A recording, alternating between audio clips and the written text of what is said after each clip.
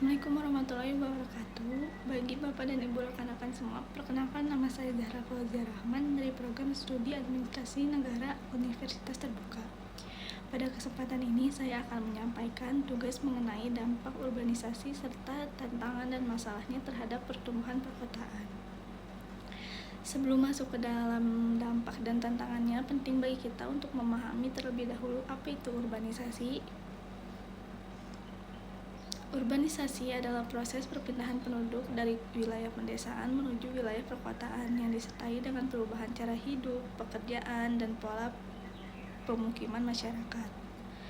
Urbanisasi bukan sekadar perpindahan fisik orang dari desa ke kota, ia juga mencakup transformasi sosial, ekonomi, dan budaya yang sering terjadi seiring meningkatkan konsentrasi penduduk di kawasan perkotaan. Di Indonesia, laju urbanisasi terus meningkat dari tahun ke tahun. Berdasarkan dari data Badan Pusat Statistik, pada tahun 2020 sekitar 56% penduduk Indonesia telah tinggal di perkotaan, dan angka ini diproyeksi terus meningkat hingga melampaui 66% pada tahun 2025. Artinya, lebih dari separuh rakyat Indonesia kini adalah penduduk kota, dan ini membawa konsekuensi yang sangat besar terhadap pembangunan wilayah perkotaan kita. Urbanisasi membawa dua sisi dampak yang tidak bisa dipisahkan, yaitu dampak positif dan dampak negatif. Untuk dapat dampak positifnya, pertama, urbanisasi mendorong pertumbuhan ekonomi. Kota menjadi pusat aktivitas industri, perdagangan, dan jasa yang menyerap tenaga kerja dalam jumlah besar. Produktivitas per kapita di kota umumnya jauh lebih tinggi dibandingkan di pedesaan. Kedua, urbanisasi mendorong peningkatan akses terhadap layanan publik. Penduduk kota umumnya memiliki akses yang lebih baik terhadap fasilitas pendidikan, kesehatan, infrastruktur, dan teknologi informasi. Ketiga, urbanisasi mendorong inovasi dan kemajuan ilmu pengetahuan. Konsentrasi sumber daya manusia yang beragam di perkotaan menciptakan lingkungan yang kondusif bagi lahirnya inovasi, kreativitas, dan kemajuan teknologi. Namun di sisi lain juga, urbanisasi menghasilkan berbagai dampak negatif yang serius.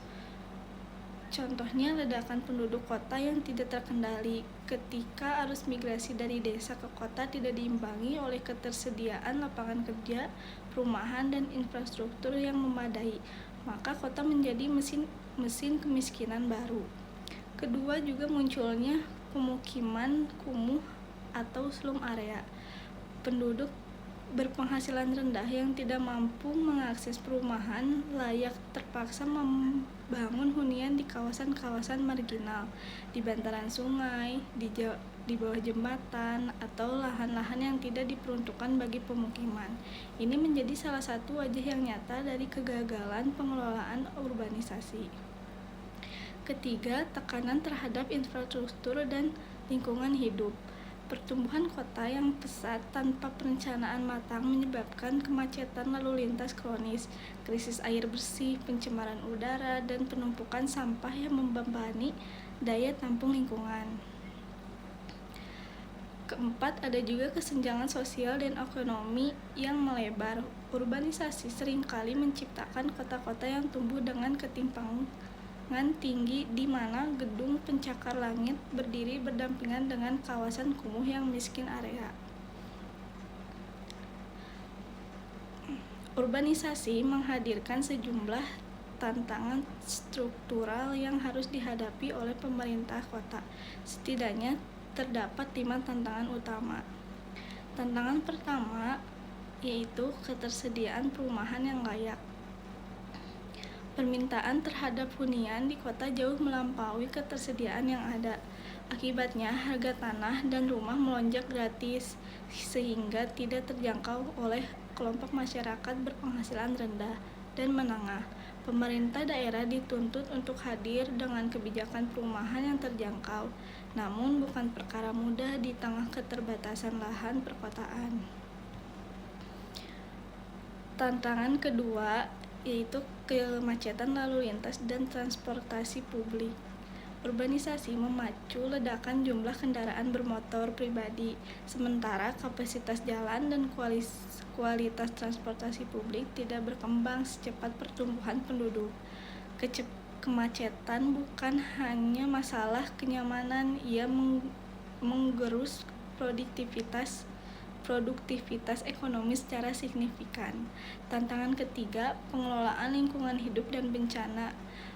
Alih fungsi lahan yang masif untuk kebutuhan kota seperti yang kita saksikan dalam bencana banjir di Sumatera baru-baru ini membuat kota semakin rentan terhadap bencana hidrometeorologi, drainase yang buruk, hilangnya ruang terbuka hijau, dan penutupan permukaan tanah oleh beton meningkatkan risiko banjir, penurunan muka tanah, dan krisis air. Tantangan keempat, tekanan pada layanan publik dasar, rumah sakit, sekolah, air bersih, dan sanitasi harus menanggung beban yang terus meningkat seiring pertambahan penduduk kota. Ketika kapasitas layanan publik tidak mampu mengimbangi laju urbanisasi, kualitas hidup warga kota justru menurun. Tantangan kelima, tata kelola pemerintahan kota yang adaptif. Ini adalah tantangan yang sering luput dari perhatian. Urbanisasi membutuhkan pemerintahan kota yang responsif, inovatif, dan memiliki kapasitas perencanaan yang kuat. Tanpa tata kelola yang baik, berbagai program pembangunan kota hanya akan menjadi solusi tambal sulam yang tidak menyentuh akar persoalan. Dari paparan yang telah saya sampaikan, dapat kita tarik beberapa poin penting sebagai kesimpulan.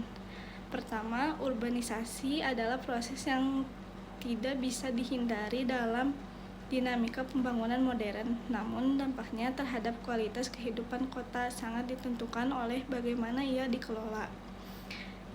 Yang kedua, urbanisasi juga membawa dampak positif berupa pertumbuhan ekonomi dan peningkatan akses layanan, tetapi juga dampak negatif berupa kemiskinan perkotaan, permukiman kumuh, dan degradasi lingkungan. Ketiga, tantangan utama urbanisasi mulai dari perumahan, transportasi, lingkungan, layanan publik, hingga tata kelola memerlukan pendekatan perencanaan kota yang terpadu, berbasis data, dan berorientasi jangka panjang. Pada akhirnya, kota yang baik bukan hanya kota yang besar dan modern, tetapi kota yang mampu menjamin kesejahteraan, keadilan, keberlanjutan bagi seluruh warganya. Demikian penyampaian tugas saya. Terima kasih perhatian Bapak dan Ibu dan rekan-rekan sekalian. Assalamualaikum warahmatullahi wabarakatuh.